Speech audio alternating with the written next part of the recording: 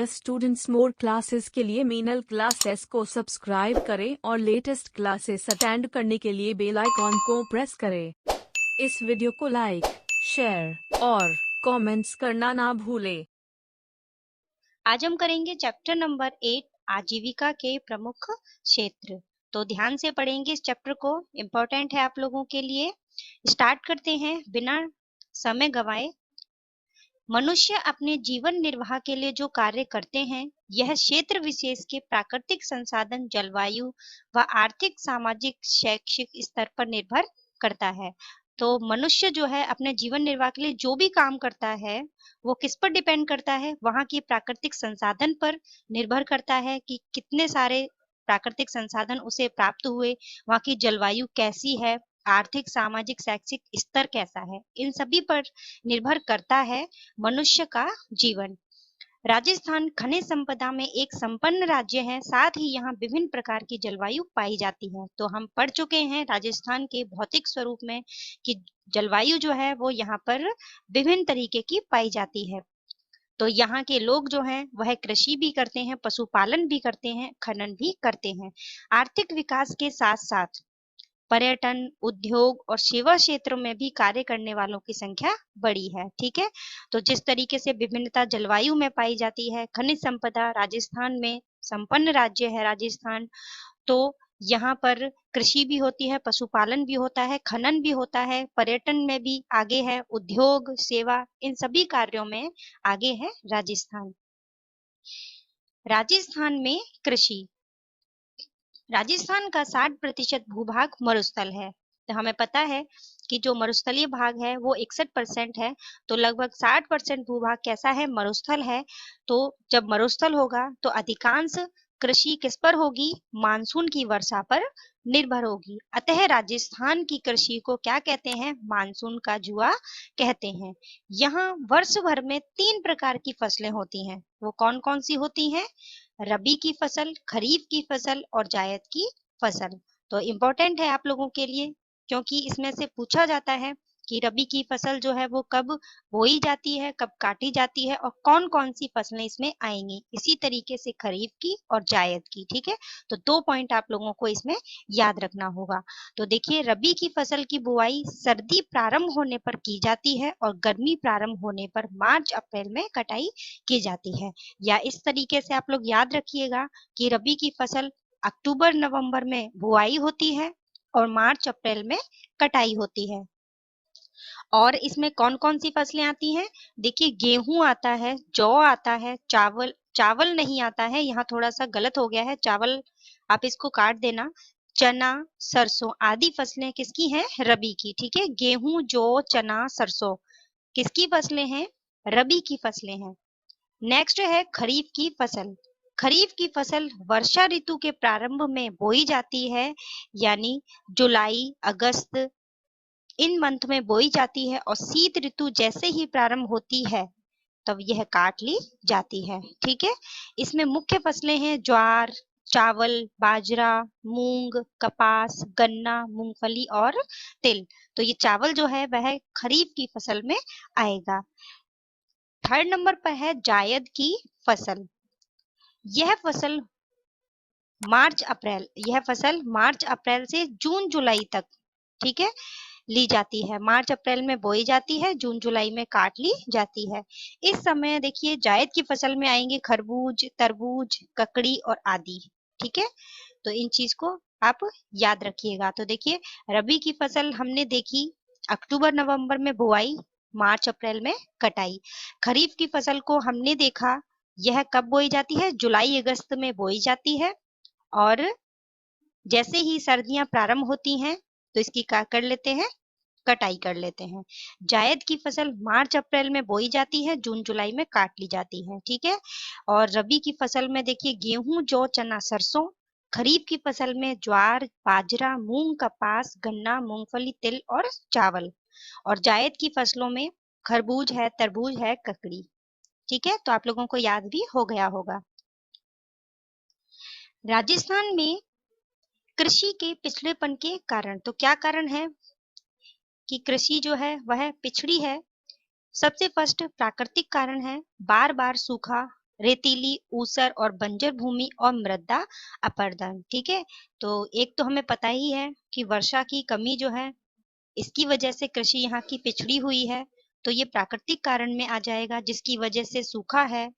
और दूसरा नंबर है रेत। ठीक है, रेतीला मैदान है यहाँ, ऊसर है, बंजर भूमि है जिस पर कृषि संभव नहीं है, और मृदा का कटाव, मृदा अपरदन।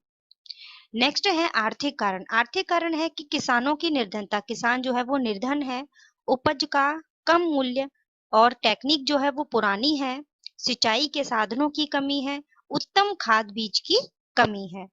थर्ड नंबर पर है संगठनात्मक कारण, भू स्वामित्व समस्या है और नीतिगत कमजोरियां हैं। ठीक है, तो कोई भी पॉलिसी नहीं है, कोई भी टेक्निक नहीं है सही, और प्राकृतिक कारण वर्षा की वजह से भी, और कुछ रेतीली मिट्टी है यहाँ की। ठीक है, बंजर भूमि है, मृदा का अधिक कटाव है, और इसके अलावा जो है वह किसान की निर्धनता और उसका निरक्षर होना, यानी कि पढ़ा लिखा भी ना होना।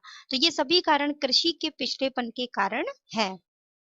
राजस्थान में कृषि की विशेषताएं, तो क्या क्या विशेषताएं हैं कृषि की? नंबर 1 है देश में सर्वाधिक बाजरा, सरसों, ग्वार का उत्पादन राजस्थान में होता है। तो सबसे नंबर 1 पर है राजस्थान बाजरा के उत्पादन में, सरसों के उत्पादन में और ग्वार के उत्पादन में। ठीक है, तो इनको पानी जो है वो कम चाहिए होता है, तो नंबर 1 पर है, सबसे ज्यादा बोया जाता है। सेकंड, उत्तर प्रदेश के बाद राजस्थान में भारत में जौ और चना ये दूसरे स्थान पर है। हमने देखा बाजरा, सरसों और ग्वार में प्रथम स्थान है, जौ और चना में दूसरे स्थान पर है। थर्ड है पश्चिमी राजस्थान में बाजरा सर्वाधिक बोया जाने वाला खाद्यान्न है। और क्यों है इसका कारण हमने जब जलवायु पढ़ी थी, भौतिक स्वरूप पढ़ा था राजस्थान का, तो उससे हमें पता लग जाता है कि बाजरा जो है पश्चिमी राजस्थान में सर्वाधिक क्यों बोया जाता है। बाजरे के लिए पानी कम चाहिए होता है, हाई टेम्परेचर चाहिए होता है, इस वजह से बाजरे का सर्वाधिक कहाँ होता है उत्पादन? पश्चिमी राजस्थान में। फोर्थ है दक्षिण राजस्थान में खाद्यान्न फसलों में मक्का की खेती जो है वह प्रमुख है। ठीक है, तो जो प्राचीन मेवाड़ का इलाका है वहां पर मक्का की खेती काफी होती है। राज्य में श्री गंगानगर जिला गेहूं उत्पादन में प्रथम स्थान है। ठीक है, तो गंगानगर जिला और हनुमानगढ़ भी साथ में, ये फर्स्ट नंबर पर आता है गेहूं के उत्पादन में। पश्चिमी राजस्थान में इंदिरा गांधी नहर से करीब 17.5 लाख हेक्टेयर क्षेत्र में सिंचाई सुविधा का विकास हुआ है। किसमें? पश्चिमी राजस्थान में। तो ये भी लाइन कई बार एग्जाम में पूछी गई है कि कितना सिंचाई का विकास हुआ है, कितनी सुविधा हुई है इंदिरा गांधी नहर से, तो 17.5 लाख हेक्टेयर क्षेत्र में। सिर्फ 35% फसली क्षेत्र में सिंचाई सुविधा उपलब्ध है। तो सिंचाई की जो सुविधा है वह 35% फसली क्षेत्र में है, जिसमें अगर देखें तो कुल सिंचित क्षेत्र का 66% क्षेत्र की सिंचाई कुएं और ट्यूबवेल से हो रही है, नहरों से 33% सिंचाई हो रही है, और तालाबों से तो बहुत कम हो रही है। ठीक है, तो सर्वाधिक जो है वह कुएं और ट्यूबवेल पर ही निर्भर कर रही है। तो हमने कृषि को जाना। राजस्थान में थोड़ा सा ही आप लोगों के इन चैप्टर्स में दिया हुआ है, छोटी क्लास है इस वजह से। राजस्थान में पशुपालन, अब हम देखेंगे पशुपालन। राज्य के मरुस्थलीय और पर्वतीय क्षेत्र में कम वर्षा होती है, कठिन भौगोलिक परिस्थितियों के कारण पशुपालन ही जीविकोपार्जन का सहज साधन है। तो एक तो मरुस्थलीय क्षेत्र जहां पर हम कृषि नहीं कर सकते, पर्वतीय क्षेत्र बारिश भी कम होती है, ठीक है, वहां पर भी कृषि जो है वो संभव नहीं, और कठिन भौगोलिक परिस्थितियों के कारण वहां के लोग क्या करते हैं? पशुओं को पालते हैं और जीविकोपार्जन करते हैं। इन क्षेत्रों में कृषि के अवसर तो सीमित हैं, यानी कम है, औद्योगिक रोजगार के अवसर भी कम है। ऐसी स्थिति में ग्रामीण लोगों को पशुपालन से ही रोजगार के साथ साथ आवश्यकता की कई वस्तुएं प्राप्त हो जाती हैं। तो ये सब कुछ तो आप भी जानते हो। पशुपालन की दृष्टि से राजस्थान का देश में कौन सा स्थान है? दूसरा स्थान है, तो ये आप लोगों को याद रखना है। राजस्थान में भारत का लगभग 11.27% पशुधन पाया जाता है, मरुस्थलीय और पर्वतीय क्षेत्र के अलावा भी संपूर्ण राजस्थान में अधिकतर किसान खेती के साथ साथ पशुपालन करते हैं। तो थोड़ा बहुत जो कृषि करते हैं वो लोग पशुओं को भी पाल लेते हैं, लेकिन भारत का लगभग 11.27% पशुधन जो है वो राजस्थान में पाया जाता है। और याद रखना है ये कौन से स्थान पर है, दूसरे स्थान पर है। नेक्स्ट है राजस्थान के पालतू पशु। पशुपालन की दृष्टि से राजस्थान में गाय, बैल, भैंस, बकरियां, ऊंट, भेड़, घोड़े, गधे आदि पाले जाते हैं। राजस्थान के मरुस्थलीय प्रदेश में ऊंट, बकरियां और भेड़ पालन बहुतायत से किया जाता है।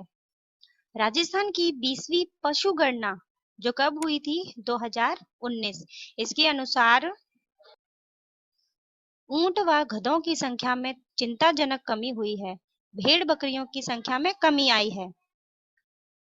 भेड़ बकरियों की संख्या में भी कमी आई है। गाय व भैंसों की संख्या में मामूली वृद्धि हुई है। राजस्थान में मुर्गी पालन, पोल्ट्री फार्मिंग का व्यवसाय भी तेजी से बढ़ रहा है। अब देखते हैं इन पशुपालन से क्या लाभ होगा। पशुपालन से ग्रामीण लोगों को एक तो मिलेगा रोजगार एवं पशुओं पर आधारित उद्योगों का विकास होता है। इस व्यवसाय से पौष्टिक आहार, घी, मक्खन, छाछ, दही आदि की प्राप्ति होती है। डेयरी, ऊन, परिवहन, चमड़ा, चारा आदि उद्योगों के विकास को प्रोत्साहन मिलता है। इसके अलावा बड़े पैमाने पर पशु उत्पादन का विदेशों को भी निर्यात किया जाता है। तो पशुओं को पालने से क्या क्या लाभ होता है, एक तो हमें घी, मक्खन, छाछ, दही ये प्राप्त हो रहा है। दूसरा डेयरी, ऊन, परिवहन, चमड़ा, चारा इन उद्योगों के विकास को प्रोत्साहन भी मिल रहा है। ठीक है, विदेशों को निर्यात भी किया जाता है पशुओं से प्राप्त होने वाला उत्पादन। ठीक है, पशुपालन में समस्याएं क्या क्या आती हैं। पशुपालक निर्धनता के कारण पशुओं को पौष्टिक आहार व सही इलाज नहीं दे पाते हैं। पशुपालक के पास कमजोर व घटिया नस्ल के पशु हैं। चारागाहों के लिए पर्याप्त भूमि की भी कमी है। परंपरागत तरीकों से पशुपालन करते हैं। पशुपालन में व्यावसायिक दृष्टिकोण की कमी है। बार बार के सूखे व अकाल से पशुधन कम होता जा रहा है। तो बहुत ही सामान्य सी बातें हैं, इतना ज्यादा आप लोगों को परेशान होने की भी जरूरत नहीं है। इन पैराग्राफ में आप लोगों को कुछ भी नोट नहीं करना है। ठीक है, बस उतना याद रख लेना है आपको कि पशुपालन की दृष्टि से राजस्थान का देश में जो है दूसरा स्थान है और भारत के कुल पशुधन का राजस्थान में 11.27% पाया जाता है। ठीक है, इतना आप लोगों को याद रखना है। नेक्स्ट देखिए, कृषि के बाद पशुपालन और उसके बाद हम देखते हैं राजस्थान में खनन। राजस्थान में कई विभिन्न प्रकार के खनिज पाए जाते हैं, इसलिए राजस्थान को क्या कहते हैं, खनिजों का अजायब घर कहा जाता है। राजस्थान में लगभग 67 यानी 67 प्रकार के खनिजों का खनन होता है। तो ये लाइन जो है वो आपके एग्जाम में पूछी जा सकती है। राजस्थान में सर्वाधिक उपलब्ध खनिज कौन सा है, रॉक फॉस्फेट है। ठीक है, ये याद रखना है कि राजस्थान में पाया जाने वाला सर्वाधिक खनिज कौन सा है, रॉक फॉस्फेट है। और राजस्थान में कितने प्रकार के खनिज पाए जाते हैं, 67 प्रकार के खनिज पाए जाते हैं। देखिए कई बुकों में अलग अलग लिखा रहता है, लेकिन आपको वही मानना है जो आपकी बुक्स जो हैं यहाँ चल रही हैं स्कूल्स में। ठीक है, इस वक्त सीसा, जस्ता, जिप्सम, चांदी, संगमरमर आदि के उत्पादन में राजस्थान का एकाधिकार है। यानी राजस्थान में ही है, ये राजस्थान का एकाधिकार है इसमें, किसमें, सीसा, जस्ता, जिप्सम, चांदी और संगमरमर। तो आप लोगों के एग्जाम में ये क्वेश्चन आया था जिप्सम के बारे में। ठीक है, सर्वाधिक पाया जाता है राजस्थान में। चूना पत्थर, टंगस्टन, अभ्रक, तांबा, इमारती पत्थर, अन्य महत्वपूर्ण खनिज जो है यह भी पाए जाते हैं राजस्थान में। राजस्थान में खनिजों की उपलब्धता को देखते हुए खनिज आधारित नए उद्योगों की स्थापना के काफी अवसर हैं। यही कारण है कि राज्य सरकार प्रदेश में खनिज आधारित उद्योगों की स्थापना को प्रोत्साहित करने पर ध्यान दे रही है। राजस्थान में अवैध बजरी खनन से पर्यावरण प्रदूषण की समस्या भी बढ़ रही है। अवैध खनन से अरावली पर्वतमाला की कई पहाड़ियां पूरी तरह से गायब हो चुकी हैं। इसके गंभीर पर्यावरणीय दुष्परिणाम हो सकते हैं। ठीक है, तो यहाँ पर इतना कुछ आप लोगों को नोट नहीं करना है, बस नोट ये करना है कि 67 प्रकार के खनिज पाए जाते हैं। रॉक फॉस्फेट जो है वो सर्वाधिक खनिज है राजस्थान में पाया जाने वाला, और एकाधिकार किस पर है, खनिजों में राजस्थान का सीसा, जस्ता, जिप्सम, चांदी और संगमरमर में। तो ये चैप्टर आपका होता है कंप्लीट। यहाँ पर ज्यादा फैक्टर नहीं थे, लेकिन जो भी थे आप लोगों को याद रखने हैं। आजीविका, आजीविका का अर्थ क्या है? रोजगार, जीवन निर्वाह हेतु किया जाने वाला कार्य। अतिवृष्टि का अर्थ है अति यानी अधिक, वृष्टि यानी वर्षा, अत्यधिक वर्षा। निर्यात, देश से माल बाहर अन्य देशों को भेजना निर्यात, और दूसरे देश से आना आयात। चलिए अभ्यास प्रश्न करते हैं कि किस तरीके से आपको ये चैप्टर कितना समझ में आया। रबी की फसल की प्रमुख फसल कौन सी है? मक्का, बाजरा, कपास या गेहूं? तो बताइए इसका सही आंसर क्या होगा। तो बिल्कुल मक्का, बाजरा, कपास ये तो नहीं है, आंसर होगा गेहूं। ठीक है। मरुस्थलीय राजस्थान में सर्वाधिक बोया जाने वाला खाद्यान्न कौन सा है? तो ये लाइन तो हमने बहुत अच्छे से पढ़ी थी कि मरुस्थलीय राजस्थान में जहां पर पानी की थोड़ी कमी होती है तो सर्वाधिक बोया जाता है बाजरा। खरीफ की फसल डैश ऋतु के प्रारंभ में बोई जाती है? तो कब बोई जाती है खरीफ की फसल? मैंने आप लोगों को एक दो लाइन ये चीज बताई थी। तो कब बोई जाती है? जुलाई अगस्त में खरीफ की फसल बोई जाती है। ठीक है। 20वीं पशु गणना के अनुसार राजस्थान में डैश व डैश पशु की संख्या में चिंताजनक गिरावट हुई है। तो क्या आएगा यहाँ पर? तो बिल्कुल यहाँ पर क्या आएगा कि ऊंट व गधों की संख्या में गिरावट हुई है। इसके अलावा भेड़, बकरी, इन पशुओं की संख्या में चिंताजनक गिरावट हुई है। ठीक है। तो चलिए आज मैं आप लोगों के लिए लास्ट में क्वेश्चन जो है वह बोलती हूँ, ध्यान से सुनिए। इसलिए बोल रही हूँ ताकि मुझे ये पता लग सके कि सभी बच्चे जो हैं वह चैप्टर पूरा पढ़ते हैं या नहीं पढ़ते हैं। तो क्वेश्चन ध्यान से सुनिए। दक्षिणी राजस्थान में खाद्यान्न फसलों में मुख्यतः किसकी खेती की जाती है? ठीक है। तो कमेंट बॉक्स में इसका आंसर दीजिएगा। मिलते हैं नेक्स्ट वीडियो में नेक्स्ट चैप्टर के साथ। Thank you.